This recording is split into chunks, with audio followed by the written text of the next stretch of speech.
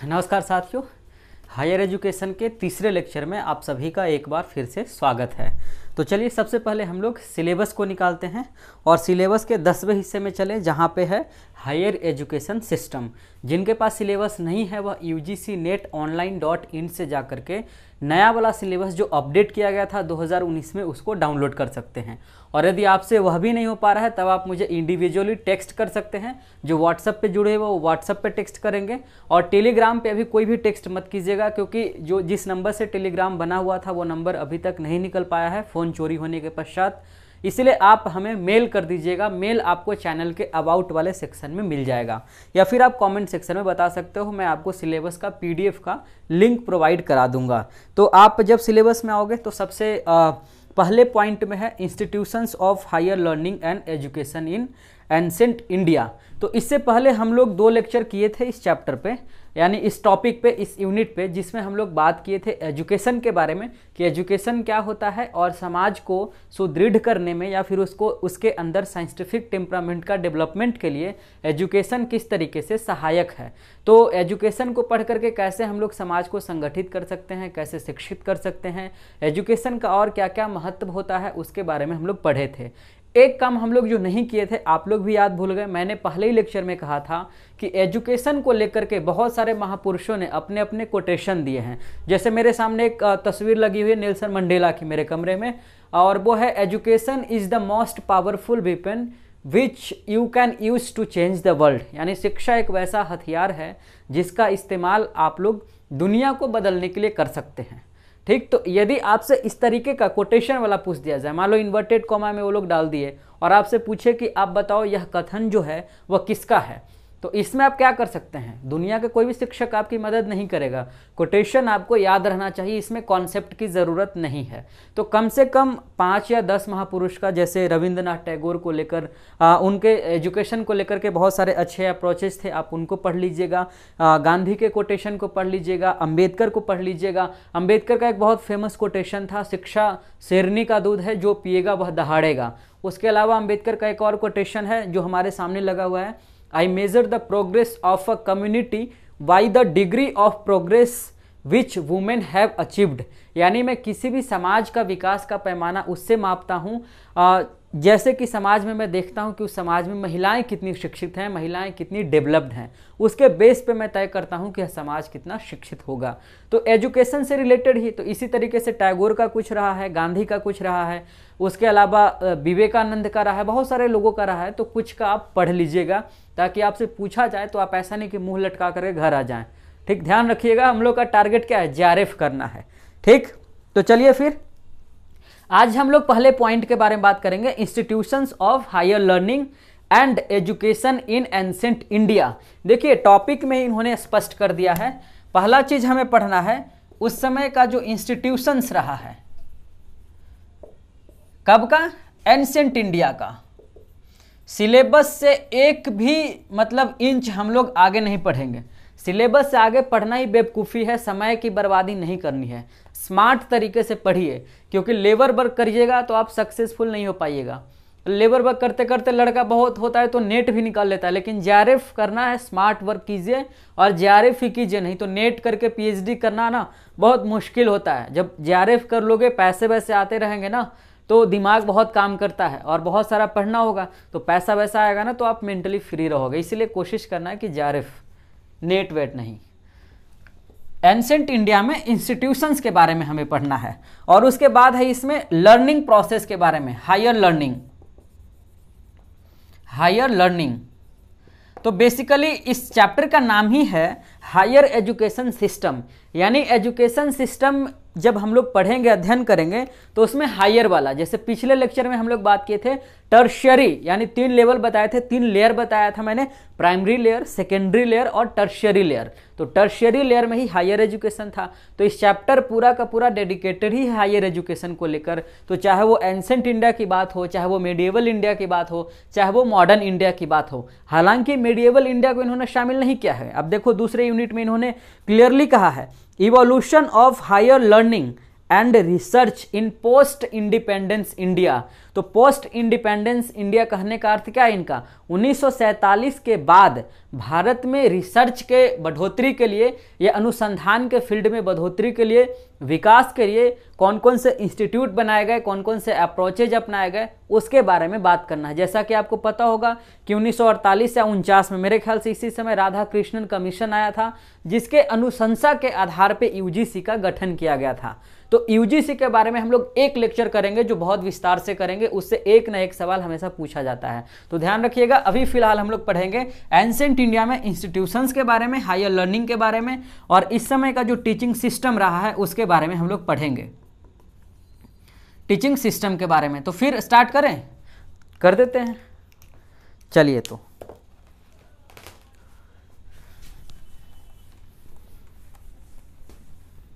आप लोग हमारे साथ लिखते चलना, ठीक है। एक बार आप ना लिख लोगे ना, मतलब रिटेन में आप नोट्स तैयार कर लोगे, तब आपको याद करने में या फिर ज़्यादा दिनों तक याद रहता है। एक साइंटिफिक मतलब ये मेथड है कि आप लिख करके पढ़ाई करते हो तो चीज़ें ज़्यादा दिनों तक याद रहती हैं।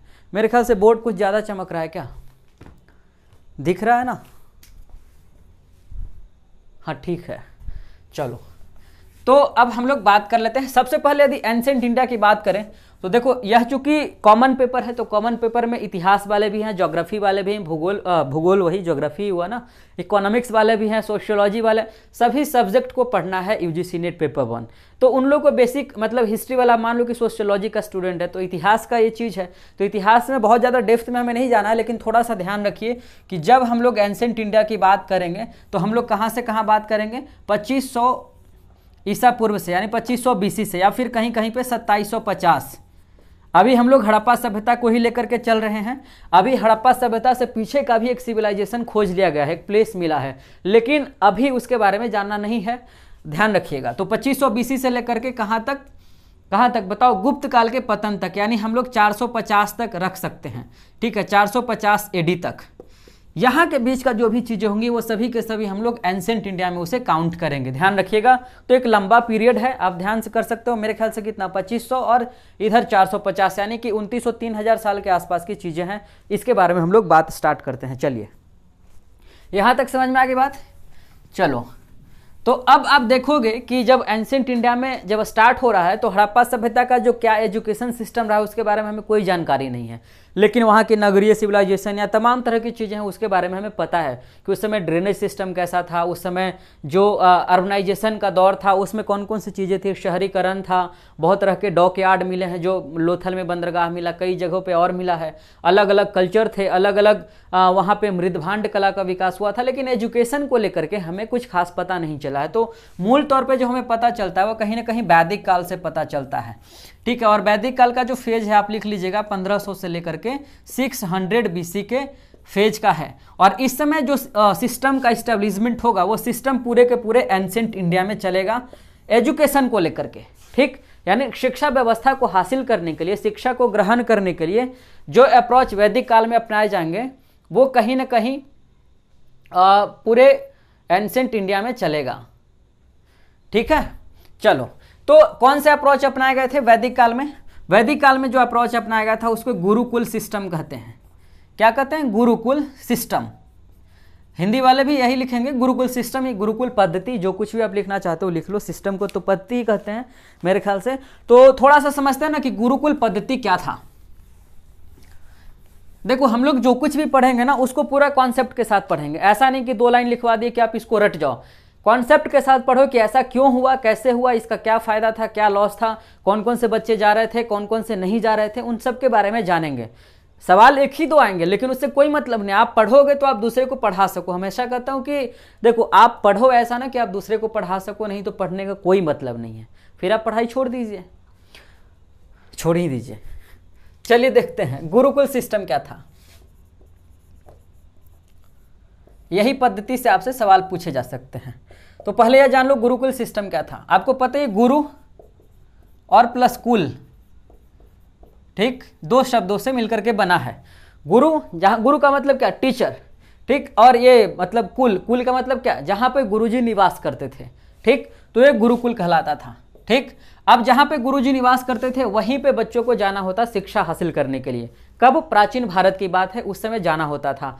कब जाते थे बच्चे? ध्यान रखिएगा, बच्चा जब जन्म लेता था तो जन्म लेने के बाद उसको जन्म से लेकर के मृत्यु तक के बीच 16 संस्कार होते थे। कितने संस्कार?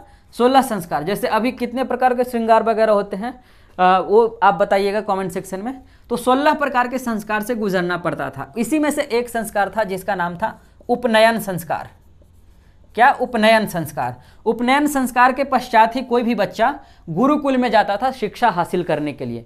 गुरु के पास शिक्षक वगैरह कहना तो हम लोग इधर स्टार्ट किए हैं, मॉडर्न टर्म है, गुरु ही हम लोग कहा करते थे। ठीक, तो कब जाएगा? सवाल आपसे पूछा जाएगा, गुरुकुल पद्धति के तहत कोई भी बच्चा गुरुकुल में शिक्षा प्राप्त करने के लिए किस संस्कार के पश्चात जाता था? तो वह उपनयन संस्कार होता था। ध्यान रखिएगा, कौन सा संस्कार? उपनयन संस्कार। उपनयन संस्कार, यदि आपके मन में यह पॉइंट आ रहा है कि यह 16 संस्कार कौन कौन होते थे, यदि आपसे पूछ दिया जाए, ऐसे सिरफिरे लोग तो बैठते हैं यूजीसी में, सभी जगह पे बैठते हैं। अब मान लीजिए आपसे पूछ ही दिया जाए तो कैसे इसको डील कीजिएगा? तो इसके लिए हम लोग इसको लिख लेते हैं कि 16 संस्कार कौन कौन थे। ज़्यादा इसको एक्सप्लेन नहीं करेंगे, बस आप लिख लो, क्योंकि कई लोग हिस्ट्री के स्टूडेंट नहीं भी हैं, तो यदि उन्हें भी जानने की इच्छा है तो जान लेना चाहिए। मेरे ख्याल से एग्जैक्टली तो हमें भी टोटल नहीं याद है, तो मैं लिखवा देता हूँ, आप लिख लीजिए। ठीक है, पहला लिखिए गर्भाधान संस्कार।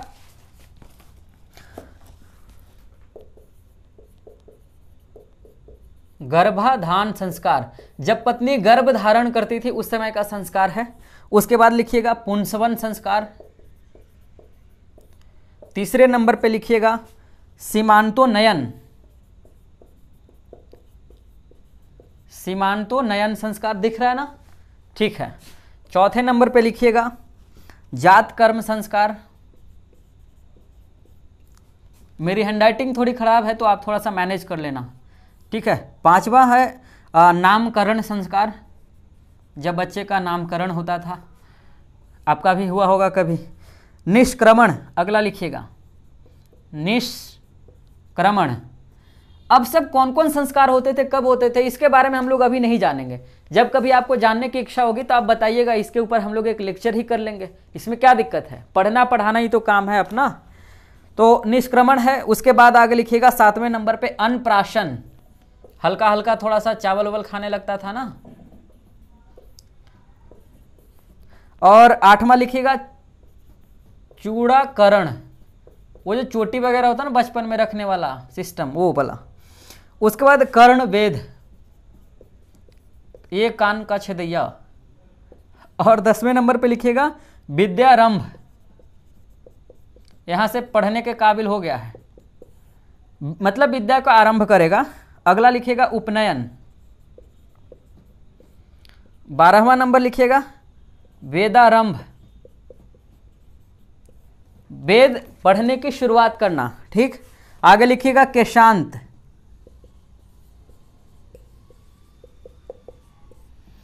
और 14वां नंबर पे लिखिएगा समावर्तन। 15वां नंबर पे लिखिएगा विवाह। विवाह वाला में तो मजा आ जाता है लोगों को। और 16वां नंबर पे अंत्येष्टि, अंत में जब मरने के बाद जो संस्कार है उसे अंत्येष्टि संस्कार कहेंगे। लेकिन फिलहाल हम लोग कहाँ पे फोकस करेंगे? फिलहाल हम लोग फोकस करेंगे उपनयन संस्कार को लेकर के। ठीक है, उपनयन संस्कार। तो लिखिएगा उपनयन संस्कार के बारे में 1-2 लाइन लिखिएगा, डैश दे करके लिखिएगा उपनयन संस्कार, और डैश दे करके आप लिखिए उपनयन का शाब्दिक अर्थ है, उपनयन का शाब्दिक अर्थ है समीप ले जाना। क्या? समीप ले जाना। इस सबको मिटाऊं हम, ये क्या मैं हिंदी बोलने लगा, मिटाऊं मैं।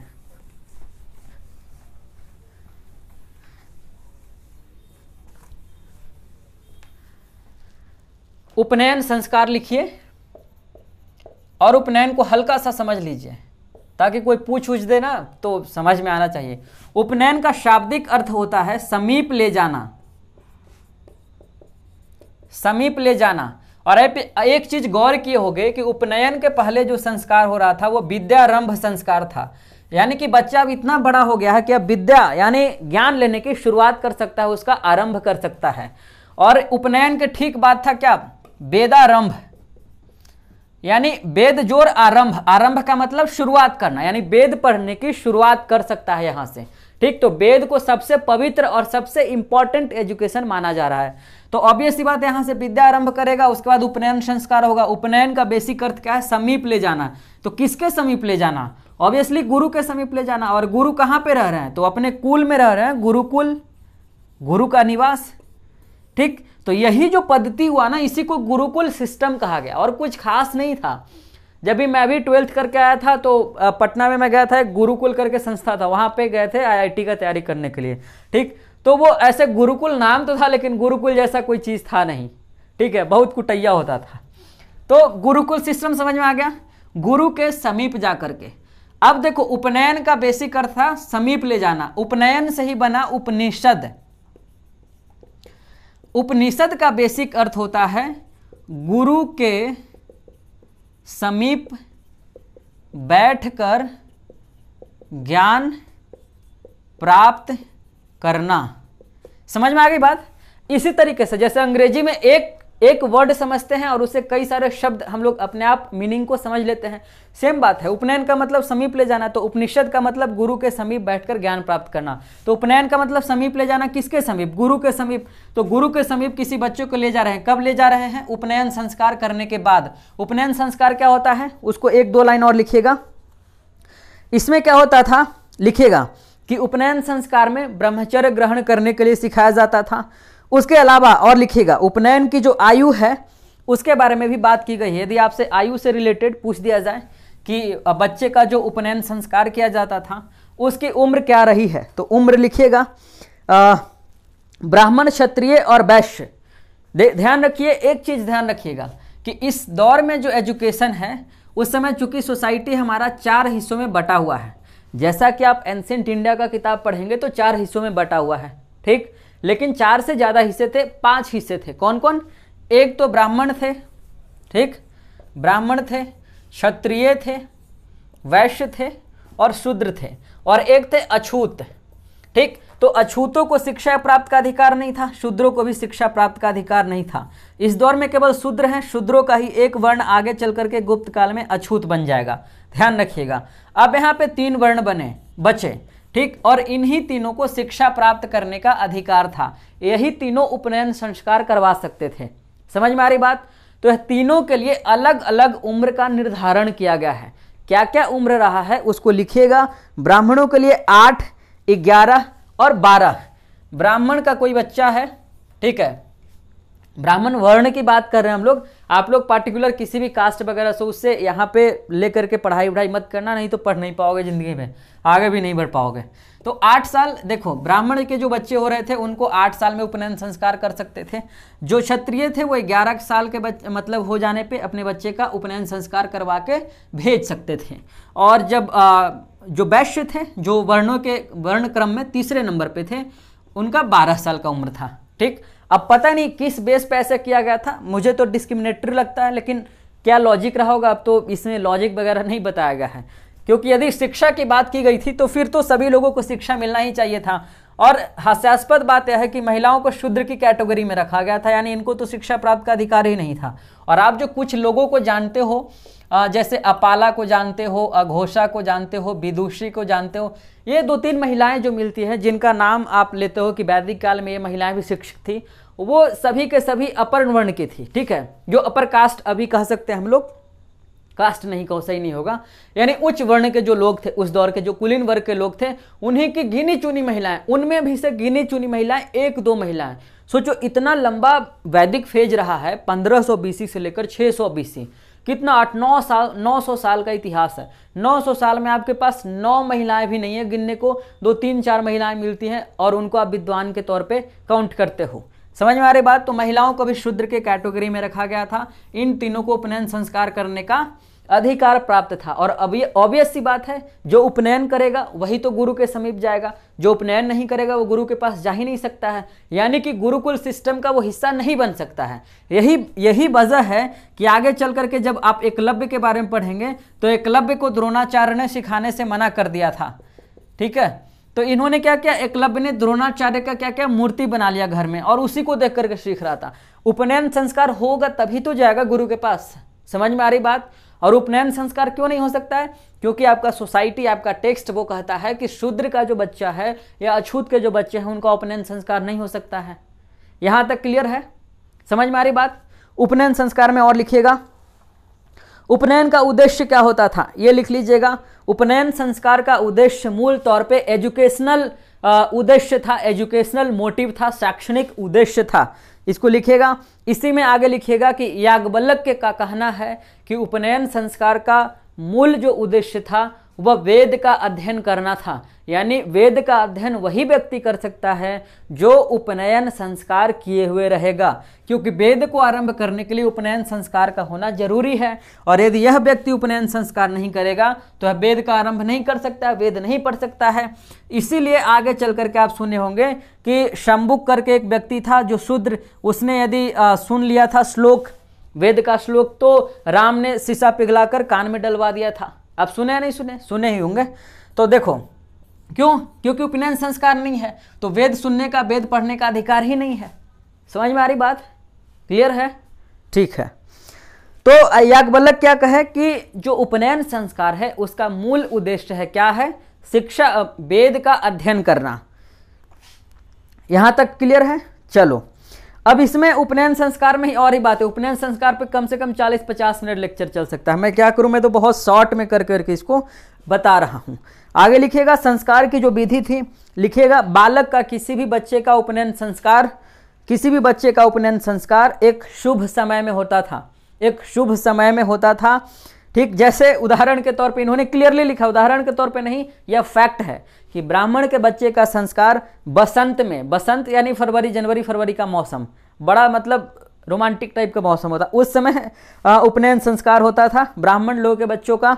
और जो क्षत्रिय होते थे उनका गर्मी के मौसम में। ठीक है, जैसे अभी तो खैर गर्मी नहीं है, तो फैन वैन बंद करके बढ़ा रहा हूँ, एसी वगैरह तो है नहीं, तो गर्मी के मौसम में क्षत्रिय के बच्चों का होता था उपनयन संस्कार। और जो वैश्य थे उनका पतझड़ में, पतझड़ का जो मौसम होता है गर्मी के बाद वाला, शायद वही ना, या बसंत से पहले वाला, जो भी हो, तो उस मौसम में उनका किया जाता था। इससे ज़्यादा नहीं जानिए। इतिहास में आप तो पढ़ नहीं रहे, इतिहास का विद्यार्थी आप नहीं हो ना, आप तो जनरल पेपर के लिए पढ़ रहे हो। जब आप इतिहास में पढ़ोगे तो उपनयन संस्कार पे कम से कम 40 से 50 मिनट लेक्चर चल सकता है, कोई बहुत भारी बात नहीं है। ठीक है, तो यहाँ तक समझ गए ना? तो यहाँ तक समझ गए तो फिर आगे पीछे की ओर लौटते हैं जहाँ पे हम लोग पढ़ रहे थे। अब हम लोग यह देख लेते हैं कि इस समय जो है कुछ पॉइंट और आपसे पूछा जाए। गुरुकुल पद्धति समझ में आ गया ना? आ जाना चाहिए, नहीं आएगा कैसे? ऐसा ही पढ़ाऊंगा कि समझ में आना ही है। अब इस समय की खास बात क्या है, अब जब तक लेखन कला का विकास नहीं होगा तब क्या होगा, इनकी जो शिक्षा होगी मूल तौर पे मौखिक होगी। ठीक, मूल तौर पे क्या होगी? मौखिक होगी। इसमें ऐसा तक कहा गया है कि इस समय के जो बच्चे हैं पूरा का पूरा किताब याद कर लेते थे। अभी के बच्चे सुबह से शाम तक लाइब्रेरी में बैठे हुए हैं, याद ही नहीं हो रहा कि वैदिक काल में महिलाओं की क्या स्थिति। सवाल आया, अरे सर क्या पूछा था, मुझे तो पता ही नहीं, ओ माय गॉड, इस टाइप की चीज़ें हो रही है। तो अब समझो उस समय के कैसे बच्चे थे, पूरा का पूरा किताब चट कर जाते थे। ऐसे मेरे भी कई सारे दोस्त हैं जो पूरा का पूरा किताब ही चट कर गए हैं, कॉन्सेप्ट के नाम पे नहीं, किताब पूरा चट गए। ये मतलब गलत अप्रोच है, मेरे ख्याल से नहीं होना चाहिए सही। उसमें आपका जो बुद्धि है उसका पूरी तरीके से विकास नहीं हो पाता है, आपका माइंड क्रिएटिव नहीं हो पाता है, आप नए चीज़ों को सोच नहीं सकते हो, रट्टे जा रहे हो, रट्टू मल मत बनो ना रोबोट टाइप से। तो इस समय का जो है क्या है, मूल तौर पे जो है मौखिक पढ़ाई हो रहा था, मौखिक तौर पे चीज़ों को याद किया जाता था, लिखित तौर पे नहीं। लेकिन जब लेखन कला का विकास होगा, ध्यान रखिएगा, ऐसे भी आपने पढ़ा हो कि वेद क्या है, श्रुति है, सुन करके उसको आगे चल करके लिखा गया, कंपाइल किया गया। पहले लोगों ने सुना, और ऑब्वियस सी बात है जब लेखन कला है ही नहीं तो सुन करके ही तो ट्रांसफर करेंगे एक दूसरे व्यक्ति को। जब सुन करके ट्रांसफर करेंगे तो इसमें बहुत सारा चीज़ ऐसा होगा, क्योंकि ऐसा तो नहीं कि ह्यूमन माइंड पूरी तरीके से जो कुछ भी मैंने आपको पढ़ाया 110% आपको याद रह गया। उस दौर के भी लोग रहते होंगे, मान लेते कि 80% 90% दिमाग काम करता होगा, 99 मान लेते हैं, लेकिन 1% तो मिक्स होता होगा ना। तो धीरे धीरे जनरेशन आगे बढ़ेगा तो चीज़ें मिक्स होती चली जाएंगी। तो इसीलिए प्योरिटी का भाव भी रहा, लेकिन फिर भी हम लोग उसको टेक्स्ट तो मानते ही हैं, मानना ही चाहिए। तो और प्राचीन टेक्स्ट हुए उसमें कहा गया कि शिक्षा का जो मूल उद्देश्य है वो मनुष्य का सर्वांगीण विकास है, यह आप मान सकते हो। लेकिन फिर यह भी आपको मानना होगा कि मनुष्य जाति में तो सभी लोग थे, लेकिन आपने तो सभी को शिक्षा का अधिकार दिया ही नहीं। आपका तो मतलब पूरा का पूरा लॉ जो है डिस्क्रिमिनेटरी है। आप समाज के 3 वर्णों को शिक्षा दे रहे हो और 2 वर्णों को ऐसे ही करो कि चलो चलो बैल चराओ उधर। तो ऐसे कैसे हो सकता है? मनुष्य का सर्वांगीण विकास यानी सभी मनुष्य का ना, कि केवल 3 वर्ण के मनुष्य का, ये अपने आप में डिस्क्रिमिनेटरी है या नहीं है? है, बिल्कुल है। ठीक है, इसीलिए इस पॉइंट को ना हम लोग पढ़ेंगे कि गुरुकुल सिस्टम का कुछ खामी रहा है, कुछ ढंग की भी चीजें हैं और कुछ ढंग की चीजें नहीं हैं। समझ में आ रही बात? यहां तक क्लियर है? अब हम लोग इसमें देख लेते हैं गुरुकुल पद्धति का कुछ कुछ जो विशेषता है उसको जान लीजिए। पहली बात, पहला पॉइंट लिखेगा चरित्र का निर्माण। ठीक है, चरित्र का निर्माण, कैरेक्टर बिल्डिंग की बात की गई है। ऐसे भी हम लोग किसी भी विश्वविद्यालय में एडमिशन लेते हैं ना, तो वहां पे दिखाना पड़ता है कि आप कैरेक्टर सर्टिफिकेट दिखाओ लास्ट इंस्टीट्यूट का, यानी हमसे पढ़ने के पहले, यानी हमारे यूनिवर्सिटी में, हमारे कॉलेज में पढ़ने से पहले आप जहाँ पे पढ़े हो वहाँ पे कैसा आपका आचरण रहा है, आप अपना कैरेक्टर सर्टिफिकेट दिखाइए, तब जाकर के एडमिशन देंगे। बहुत मैंडेटरी डॉक्यूमेंट होता है, आपको पता है कि नहीं? कैरेक्टर सर्टिफिकेट, माइग्रेशन सर्टिफिकेट, ये सब मैंडेटरी डॉक्यूमेंट है, बाकी सब जो है ऑप्शनल है। तो ध्यान रखना, यहाँ पर भी शिक्षा का उद्देश्य था कि बच्चों का चरित्र निर्माण हो सके। चरित्र है, कैरेक्टर है, तो सब कुछ है। ठीक है, अब चरित्र निर्माण में क्या कि आपको चोरी नहीं करना है, ये वो बहुत सारी चीजें हैं, उसके बारे में बताया गया है। समझ में आ रही बात? चलो, ज्यादा इसको एक्सप्लेन करेंगे तो लंबा चला जाएगा। कि अब इसमें है कि जब गुरुजी कहीं भी मिले तो उनको प्रणाम करना है, चोरी नहीं करना, ये तमाम तरह की चीजें हैं। इसमें क्या लिखवाने की जरूरत है? उतना पूछेगा भी नहीं आपको। थोड़े ना आप बीपीएससी यूपीएससी का मेंस में बैठ रहे हो कि एकदम पूरा का पूरा 2-4 पेज लिखना है। जब ऐसा होगा तो फिर बता दिया जाएगा, आप लोग बताना टेक्स्ट करके समझ में आ रही कि नहीं। दूसरा पॉइंट, व्यक्तित्व का सर्वांगीण विकास, यानी किसी भी पर्सनालिटी का ऑल ओवर डेवलपमेंट। सर्वांगीण विकास का क्या मतलब होता है? हर तरीके से, जैसे इस समय आपको घुड़सवारी भी सिखाया जा रहा है, ये कितनी अच्छी चीजें हैं इस समय। अभी तो ऐसा चीज आ गया है कि आप किसी एक चीज का ही एक्सपर्ट हैं। पहले है कि आपको मतलब खेलने के लिए सब चीज सिखाया जा रहा है, आप घुड़सवारी के लिए, तीर चलाने के लिए, बहुत तरह की चीजें, एकदम मल्टीपल चीजें हैं। सब यहाँ पे मल्टी डायमेंशनल पर्सनालिटी का निर्माण किया जा रहा है, मल्टी फंक्शनल यहाँ पे लोग थे। लेकिन अब तो एक सब्जेक्ट नहीं संभल रहा है बउआ से, मल्टी फंक्शनल क्या होंगे? खाक, है ना? मतलब 5 साल से 10 साल से हिस्ट्री पढ़ रहे हैं, लेकिन फिर भी सवाल पूछे औरंगजेब का शासनकाल कब से कब रहा, तो पढ़ क्या रहे थे 5 साल से? क्या पढ़ रहे थे? ढंग का पढ़ो ना यार। तो व्यक्तित्व का सर्वांगीण विकास समझ में आ गया होगा, हर तरीके से उसका डेवलपमेंट, शारीरिक विकास भी इसमें आएगा। आगे लिखिएगा, तीसरा पॉइंट लिखिएगा नागरिक तथा सामाजिक कर्तव्य का ज्ञान। नागरिक प्लस सामाजिक कर्तव्य, इन दोनों में कोई अंतर समझा सकता है क्या? देखो, कर्तव्य क्या? कर्तव्य को अंग्रेजी में ड्यूटी कहते हैं। कई लोग नॉर्थ ईस्ट के बच्चे हैं, वो कहते हैं अरे सर हिंदी में नहीं लिखे, अंग्रेजी में लिखे, लिख दे रहे हैं। सोशल ड्यूटी और सिविल ड्यूटी। ठीक, नागरिक जो होता है ये इंडिविजुअल ड्यूटी की बात कर रहा है आपकी। जैसे मान लीजिए कि आप सड़क से गुजर रहे हैं, ठीक, सड़क से गुजर रहे हैं और सड़क पे कोई चीज़ देखा, आपको लगा कि नहीं यार सही चीज़ ने कचरा फैला रखा है, आप पेप्सी का बोतल फेंका हुआ था, पी करके आप उठाए उसको डस्टबिन में डाल दिए, क्या? Individual duty. बट यदि सामाजिक कर्तव्य में आप चले जाएंगे तो समाज को लेकर के जो आपका ड्यूटी है, रिस्पॉन्सिबिलिटी है, उसके बारे में बात की जा रही है। समझ में आ रही बात? जैसे सोसाइटी में किसी तरीके का इविल्स चलता आ रहा है, जैसे मान लो कि राजा राम मोहन राय के दौर में सती सिस्टम का अबॉलिशन किया गया। पहले तो नहीं किया जा रहा था, उसके घर, उन्हीं के घर के लोग सभी के सभी विरोध में उतर गए, लेकिन उससे क्या, उन्होंने तो काम तो किया ना। तो वे क्या है, वह सोशल ड्यूटी में चला गया, वो समाज उससे प्रभावित हो रहा था। तो जिस काम से आप केवल इंडिविजुअल आपका इंटरेस्ट रहेगा, इंडिविजुअली आप कोई काम कर रहे हो और उसका प्रभाव सिर्फ और सिर्फ आपके ऊपर पड़ रहा है, तो नागरिक कर्तव्य के अंतर आएगा। और सामाजिक कर्तव्य में क्या, जो समाज को लेकर के आपकी ड्यूटीज हैं, जैसे कि सती सिस्टम का अबॉलिशन है, या फिर चाइल्ड मैरिज को लेकर के है, या फिर इसमें और भी बहुत सारी चीज़ें आ सकती हैं। मेरा ख्याल है कि आपको बस अंतर समझना है। तो इन दोनों का स्पेशली बोध करवाया जाता था। ठीक, समझ में आ गई बात। जैसे फंडामेंटल ड्यूटीज डाला गया है ना कॉन्स्टिट्यूशन में, चौथे नंबर पे लिखिएगा, सामाजिक सुख तथा कौशल की वृद्धि। ओहो, सोशल प्लेजर, सामाजिक सुख तो समझ में आ ही गया होगा, सुख तो सबको समझ में आता है, प्लस कौशल की वृद्धि। कौशल क्या, स्किल, आपका स्किल का डेवलपमेंट। ये पॉइंट भी समझ में आ गया होगा, एक्सप्लेन करने की सब जरूरत नहीं है, आप लोग तो बहुत टैलेंटेड हो। संस्कृति का संरक्षण तथा प्रसार। संस्कृति का संरक्षण यानी कल्चर जो है आपका, आप देखते हो ना बहुत सारे लोग इसका अभी भी कल्चर का संरक्षण करते हैं। जैसे सबरीमाला के केस में मैं नाम भूल रहा हूँ, उसका एक्टिविस्ट है कोई, उसने कहा कि ये हमारा कल्चर है, मैं उसको प्रिजर्व कर रहा हूँ, ये हम इसको संरक्षित कर रहे हैं, जो कल्चर चलता रहा उसको हम लोग बचाने का काम कर रहे हैं। तो यहाँ पे भी सिखाया जाता था कि जो भी आपका कल्चर है उसको प्रिजर्व करिए, उसको संरक्षित करिए। तो आपने इतना डिस्क्रिमिनेटरी कल्चर बना रखा था, 100 में से 75 बच्चों को आप मतलब पढ़ने दे रहे हो और 25 बच्चों को कह रहे हो कि तुम गाय भैंस बैल चराओ, सुअर उअर जा करके धो। अब यही चीज आपके कल्चर में शामिल हो गया। कल्चर तो एक दिन का निर्माण होता नहीं है, कल्चर को निर्माण करने में काफी वक्त लगते हैं, धीरे धीरे करके चीजें निर्मित होती हैं। तो जब आपके यहाँ ये सारी चीजें निर्मित होने लगी तो आपके किसी व्यक्ति ने विरोध ही नहीं किया। पूरा एंसेंट इंडिया में इन लोगों ने इस सिस्टम को जारी रखा।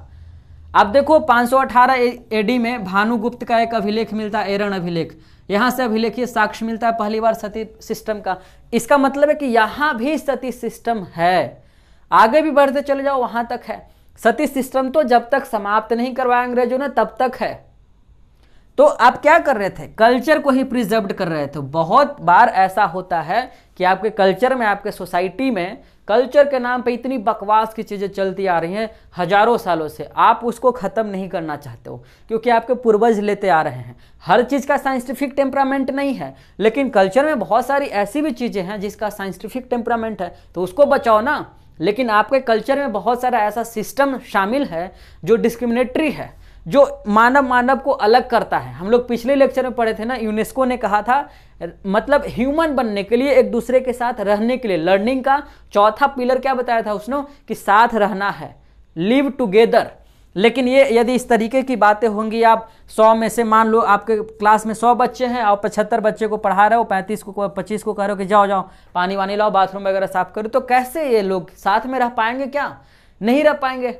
समझ में आ रही बात? तो अभी हम लोग दूसरे अप्रोच से इसको समझने की कोशिश कर रहे हैं। तो कल्चर को भी प्रिजर्व करने के लिए सिखाया जाता था, ठीक। अब जब सिखाया जाएगा तो ऑब्वियस सी बात है, यह भी कहा जाएगा कि न केवल तुम कल्चर को प्रिजर्व करो बल्कि कल्चर को और उसका एक्सपेंशन करो, उसको प्रसार करो। अब समझ रहे हो, ये तो ठीक है, यदि सही टेम्परामेंट है, यदि साइंटिफिक टेम्परामेंट है तब तो प्रिजर्व भी करिए, प्रसार भी करिए, सोसाइटी को कोई लॉस नहीं है। लेकिन यदि उससे सोसाइटी को लॉस है, दो ह्यूमन आपस में साथ में नहीं रह पा रहे हैं, एक महिला और एक पुरुष आपस में साथ में नहीं रह पा रहे हैं। सोचो, इस समय तो महिलाओं को अधिकार नहीं थे, अब हम लोग धीरे धीरे कर करके हमारा सोसाइटी तो थोड़ा बहुत तो सोचने लगा ही है ना, तभी हम लोग अब ट्रांसजेंडर पे खुल के बात कर रहे हैं, है ना। उनके राइट्स को लेकर के भी बहुत सारे एक्टिविस्ट काम कर रहे हैं, लेकिन पहले ऐसा क्या पॉसिबल था? नहीं था। तो कल्चर को प्रिजर्व भी करना है और उसका एक्सपेंशन भी करना है, यह भी सिखाया जा रहा था गुरुकुल के सिस्टम में, ठीक। आगे लिखिएगा, निष्ठा तथा धार्मिकता का संचार करना। निष्ठा का क्या मतलब है? जो आपको सिखाया जा रहा है उसके प्रति आप निष्ठावान बने रहें, आपके अंदर रेवरेंस होना चाहिए, उसके प्रति श्रद्धा होनी चाहिए, निष्ठा होनी चाहिए, कर्तव्य निष्ठ। देखते हैं ना आप, मतलब जब बचपन में था तो मेरे नाना जी मुखिया का चुनाव लड़े थे, तो उस समय ऐसा मतलब लिखा गया था ना, वो पंपलेट छपा था कि मुखिया के लिए सुयोग्य, कर्तव्यनिष्ठ एवं पता नहीं और किस तरीके का उम्मीदवार, ठीक है। और बात समझ ही में नहीं आता कर्तव्यनिष्ठ का क्या मतलब होता है। अपना कर्तव्य के प्रति निष्ठावान होना, आपको जो ड्यूटी है उसके प्रति रेवरेंस होना चाहिए, डेडिकेशन होनी चाहिए, लगन होनी चाहिए। समझ में आ रही बात? तो ये सारी चीजें समझ में आ गई। निष्ठावान होना किसके प्रति? वैदिक गुरुकुल में जो आपको शिक्षा दिया गया उसके प्रति निष्ठावान होना, अपने कल्चर के प्रति, ठीक, अपने संस्कार के प्रति। यहां तक क्लियर है? और एक और महत्वपूर्ण चीज वो है संचार करना। तो संचार वही मतलब कम्युनिकेट करके आगे बढ़ाना। यहां पर एक पॉइंट बीच में छूट गया और वह बताया गया था, गुरुकुल के सिस्टम में बताया जाता था, उसको भी जान लेते हैं। ऐसे बहुत मज़ेदार चैप्टर है हिस्ट्री में। हिस्ट्री वाले जो बच्चे होंगे ना उनके लिए स्पेशल एक लेक्चर बनाएंगे जिसमें हम लोग कम से कम 1 से 2 घंटा तो बात करेंगे ही मिनिमम, उससे कम में नहीं होगा। जब गुरुकुल में शिक्षा दिया जा रहा था तो कहा जा रहा था कि पूरे ज़िंदगी में तुम्हारे पास 3 प्रकार का लोन है, ठीक, और ये तीनों लोन को तुमको चुकाना है मरने से पहले, ठीक। पहला लोन जो होता था उसको बोलते थे देव ऋण, देव लोन, ठीक। और दूसरा ऋण जो होता था, लोन को तो हिंदी में ऋण बोलते हैं ना, ऐसे करके, समझ में आ रही बात ना। और दूसरा होता था क्या होता था, हाँ, ऋषि ऋण।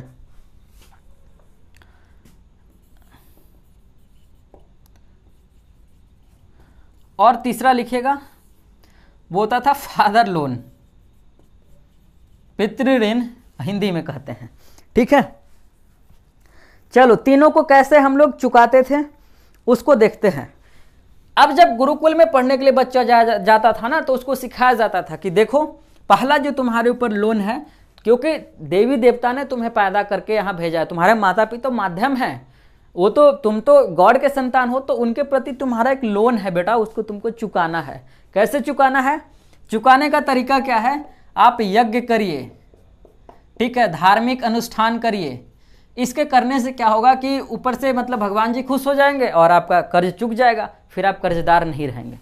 तो देव ऋण को मतलब माफ करवाने का, देव ऋण से मुक्ति पाने का एक ही उपाय था, यज्ञ करवाइए, धार्मिक अनुष्ठान करवाइए, और इससे यह मतलब धार्मिक जितनी भी चीज़ें हैं वो सारा का सारा आपको करवाना है, देवता खुश हो जाएंगे। जैसे यूरोप में पोप कहता था ना कि तुम मुझे ये इतने पैसे दे दो या फिर ये कर दो और मैं तुम्हारा जो खबर है वो पहुंचवा दूंगा जीसस के पास, वो तुम्हें फिर माफ़ कर देंगे, हम माफ़ी दिलवा देंगे। बीच का काम, यज्ञ भी है, बीच का काम, ठीक है। समझ में आ रही बात? या इतना समझ में आया नहीं आया? इन तीनों को याद रखिएगा, इससे सवाल पूछा जाएगा। ऋषि ऋण क्या होता था? ऋषि ऋण में कहा जाता था, ऋषि कौन? ऋषि जिसने आपको ज्ञान दिया गुरुकुल में बैठा करके, उसके प्रति भी आपका एक लोन है। वह क्या लोन है, उसको आप कैसे चुका सकते थे? लिखिएगा। वो कहता था ना कि ब्रह्मचर्य का पालन कर लो बेटा, मेरा लोन चुक जाएगा। क्योंकि ब्रह्मचर्य की अवस्था में ये लोग पढ़ाते थे, ठीक है। क्योंकि अब शादीशुदा कर करके, शादी कर करके आप जा नहीं सकते थे पढ़ने के लिए, ठीक। क्योंकि अब देखो 8 साल में, 8 साल 11 साल 12 साल में तो बुला रहे थे लोग, तो उस समय विवाह नहीं हो रहा था, तो यह भेज दिया जाता था कहाँ? ये ब्रह्मचर्य का जब पालन करते थे अब, तो वह ऋषि लोन का चुकाव था, आप उस कर्ज को चुका देते थे। जैसे बैंक वगैरह लोन देती है ना, तो पहले जमीन उमीन का कागज वगैरह सारा चीज़ लिखवा उखवा लेती, इस टाइप से जमा उमा करवा लेती है ना। फादर लोन क्या है? फादर लोन बड़ा इंटरेस्टिंग है, अपने बाबूजी के प्रति लोन। अभी भी मतलब हमारे सोसाइटी में अभी भी चल रहा है, रूप बदल गया है। क्या कैसे चल रहा है? देखो, फादर लोन में क्या था ना कि आप पढ़ लिख करके आ गए, और चूंकि 4 प्रकार का आश्रम चल रहा था। कौन कौन?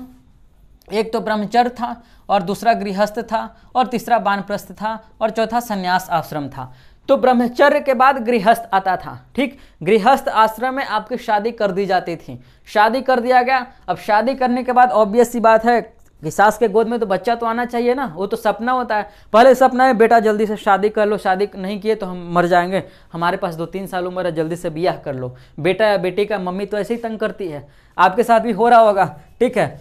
और नहीं तो मतलब अंतिम इच्छा है, ऐसे करने लोग इतना प्रेशराइज करते हैं। अंतिम इच्छा है ना कि हम तुम्हारा ना दुल्हन के जोड़ी में तुमको देखना चाहते हैं, इस टाइप का ऐसे ऐसे इच्छा पालते हैं माँ बाप, एकदम सपेरा टाइप से।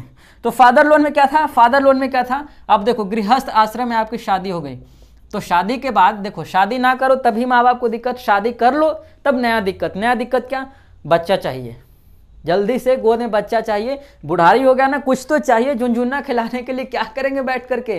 किसके साथ बात करेंगे? रोमांस उमांस तो सब खत्म, बुढ़ापा आ गया, अब कहाँ से रोमांस होगा, सब कुछ खत्म।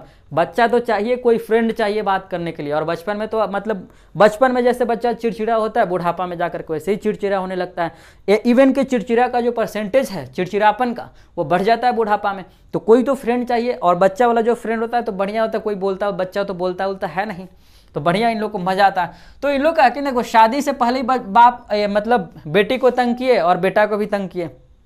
शादी हो गया, उसके बाद नया प्रॉब्लम, अरे यार 1 साल हो गया, 2 साल हो गया, बेटा कहिया मतलब पोता पोती देखेंगे कि ना अंतिम इच्छा है कि पोता पोती को अपना गोदी से खिला लेते। ये तो अच्छा हुआ यहीं तक सपना है पोता पोती को गोद में खिलाने तक। यदि ये सपना पा लेते कि पोता पोती का ही ब्याह करवा दे, हालांकि ये सपना भी कई लोगों का पूरा होते हुए मैं देखा हूँ, ठीक है, और कई लोग पालते भी हैं। पोता पोती का भी सपना थोड़ा पूरा हो जाता है ना, बेटा हम गंगा नहा लेते, एकदम स्वर्ग में चले जाते हैं। स्वर्ग में जाएंगे कि नहीं कोई पता नहीं, नरक में पक्का चले जाएंगे ऐसे लोग। तो देखो अब क्या हुआ कि देखो शादी तो कर लिए, अब शादी के बाद मान लो कि आपकी हो गई पुत्री, ठीक है, और ऐसा समाज हमारा कि पुत्री का जन्म लेने के बाद मतलब ऐसा लगता था कि कलेजा पे सांप लौट गया, अरे क्या कर दिए, ये सब तो तुम्हारे हाथ में नहीं था, तो हार्मोनल डिसऑर्डर की वजह से हुआ था। लेकिन मम्मी को कौन समझाए, वही साइंटिफिक मतलब सो कॉल्ड साइंटिफिक टेम्परामेंट, अरे बेटी हो गया तो कैसे वंश चलेगा, बेटी से तो वंश का विनाश हो जाएगा, क्योंकि बेटी दूसरे घर की चली जाएगी, फिर दामाद आएगा पूरा जमीन उमीन कब्जा कर लेगा, अपने हाथ से लिखवा लेगा,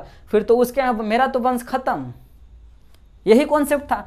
अब देखो शादी के बाद बेटी हो गई तब भी दिक्कत, तो अब फिर से ट्राई करिए। हाँ, फिर से यदि बेटा हो गया तो ठीक है, नहीं तो ट्राई करते रहिए 4-5 बेटी। मैं तो ऐसे जानता हूँ, अब मेरे रिलेटिव्स में 1-2 हैं, मैं उनको भी जानता हूँ कि मतलब बेटे के चक्कर में 4-5 बेटियां हो गई, और उसके बाद फिर बेटा हो रहा है, फिर सोचे कि एक बेटा और हो जाता ना काश, फिर उस चक्कर में 2-3 बेटियां, और फिर तो चलो क्रिकेट टीम ही बना लो उससे अच्छा। कैसे इतना लोग झेल लेते हैं यार, तो कितना मतलब ठीक है, बात करते हैं आगे, ठीक है। तो यह जो है ना, जब आप पुत्री का जन्म दे दिए तब पितृ लोन नहीं चुका है, ठीक। यदि आपने बेटी को जन्म दे दिया तब लोन नहीं चुका है, नरक के भागी हैं आप, ध्यान रखिएगा इस बात को। तो जब तक आपका बेटा नहीं होता है तब तक आप पितृ लोन नहीं चुका सकते हैं। ये कितना मतलब ब्रूटल सिस्टम है यार। ये पितृ लोन चुकाने के लिए क्या मतलब है, तुम अपनी पत्नी को, अपने गर्लफ्रेंड को, जो भी गर्लफ्रेंड से ब्याह कर ले तो गर्लफ्रेंड ही रहेगी ना, अपनी प्रेमिका को, इतना कौन मतलब क्या है ये सब सिस्टम। तो क्या होगा, पितृ लोन को चुकाने के लिए बाप को मतलब बेटा देना जरूरी है, संतान उत्पत्ति। और आपको पता है बेटी के जन्म पे तो शोक मनाते थे लोग, बेटा के जन्म पे पूरा मिठाई बंटता था। हम तो अभी तक देखते हैं, मतलब माथा दर्द देने लगता है, माथा फट जाता है, दर्द क्या मतलब फट उठ जाता है। यहां तक समझ में आ गई बात, ठीक है। अब बहुत लंबा है यार,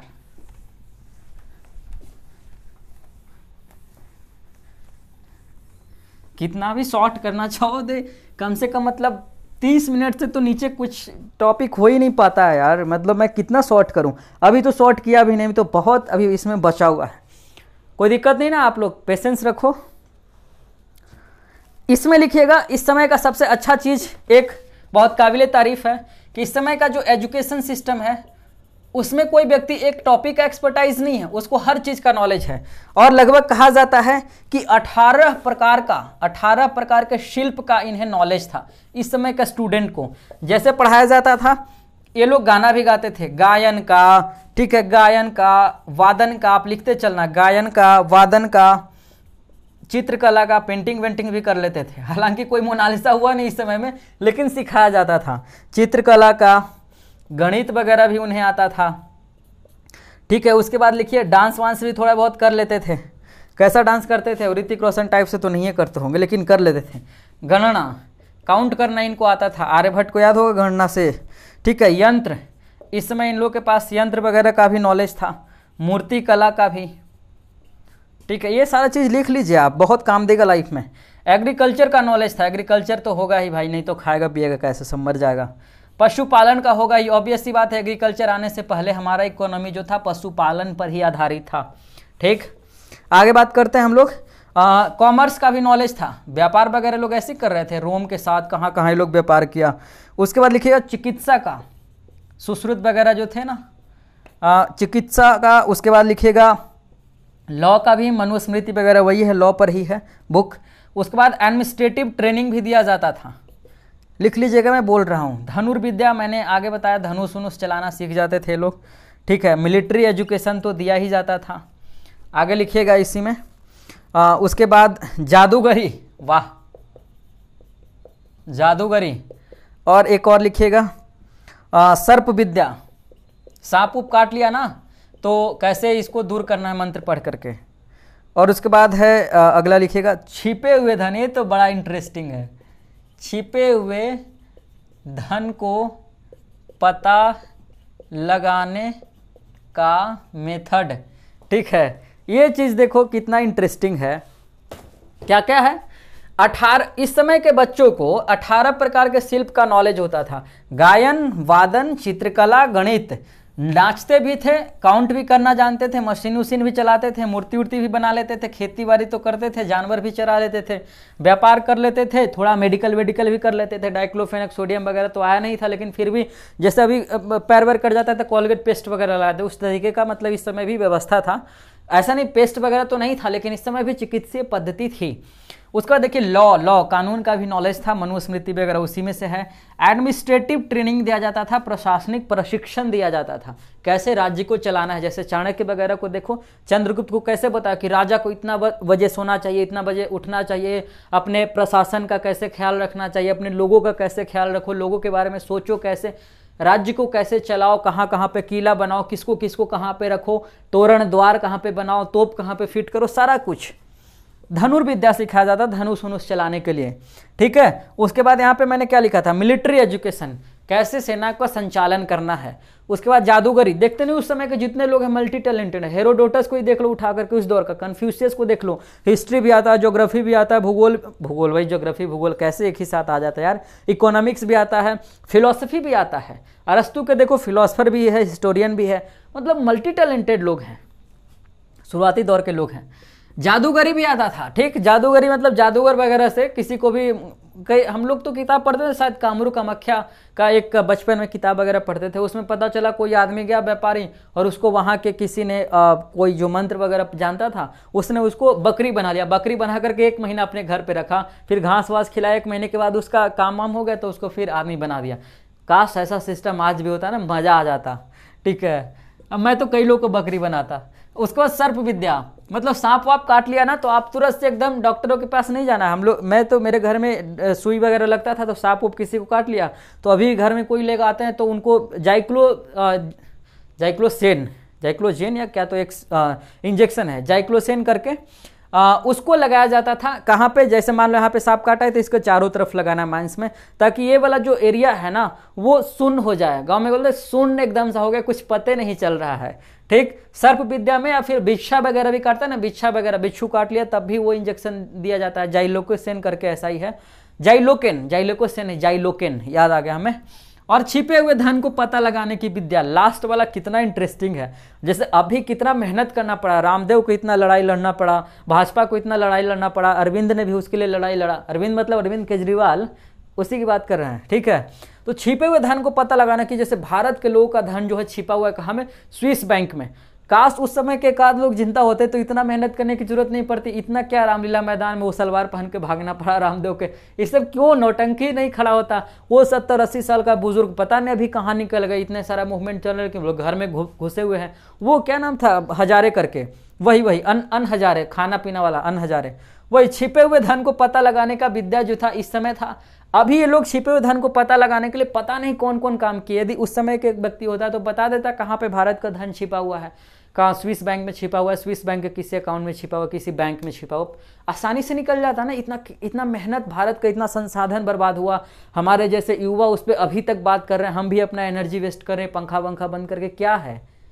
तो उस समय का एक बात इंटरेस्टिंग है नहीं है, एक आदमी को तो होना ही चाहिए था उस समय का, होता तो कितना मजा आ जाता ना। ये सारा काम, बाप रे बाप, सारा काम अकेले करता, कितना मजा आ जाता, मुझे तो बहुत मजा आता। ठीक है, मैं चाहता कि इसी समय कराता तो ठीक रहता। तो चलिए फिर आज का वीडियो हम लोग यहीं पे समाप्त करते हैं। मिलेंगे हम लोग अगले लेक्चर में, और अगले लेक्चर में हम लोग क्या पढ़ेंगे, गुरुकुल सिस्टम का क्या खामी रहा है उसके बारे में जानेंगे। उसके अलावा जो एजुकेशनल इंस्टीट्यूशंस रहे हैं एंशिएंट इंडिया में उसके बारे में बात करेंगे। चूंकि 40 से 45 मिनट का लेक्चर हो गया तो अब इसको और लंबा नहीं करना है। मिलते हैं अगले वीडियो में, तब तक के लिए आप अपना ख्याल रखिए और लोगों से प्यार करते रहिए। Thank you very much.